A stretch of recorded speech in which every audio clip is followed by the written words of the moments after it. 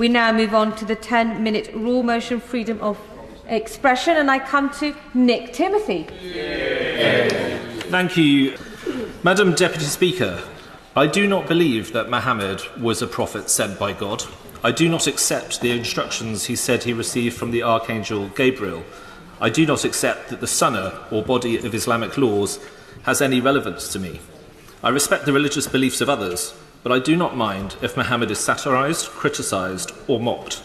I'm not a Muslim, and I choose not to live by the moral codes set out by Islam. I'm a Christian, and I should make clear that I don't think anybody should be prosecuted for satirising, criticising, or mocking Jesus either.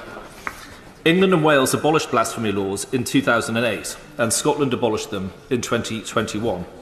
But even then, those laws had not been used for decades. The last blasphemy trial took place in 1977, and the state hasn't brought a public prosecution for blasphemy in more than a century. But now blasphemy laws are back. I've been advised not to refer to two high-profile cases of people being arrested, charged and prosecuted for causing harassment, alarm or distress to Muslims, or even nonsensically to Islam itself. So while I will keep my speech to the conceptual, I invite the House to recall that there are real examples of what I raise in the criminal justice system right now.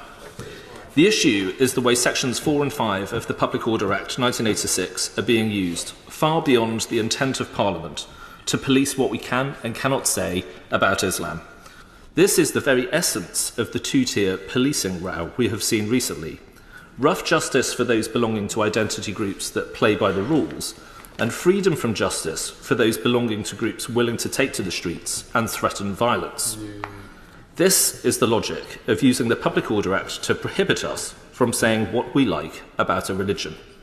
A person may be found guilty because of the violent reaction of those offended by their actions. From Sir Salman Rushdie to the Batley teacher still in hiding with his family, the threat of violence is what lies behind these new blasphemy laws. Perhaps we should not be surprised. There are at least 14 Muslim-majority countries where the penalty for blasphemy or apostasy is death, and we have significant diaspora populations from many of them. With the number of people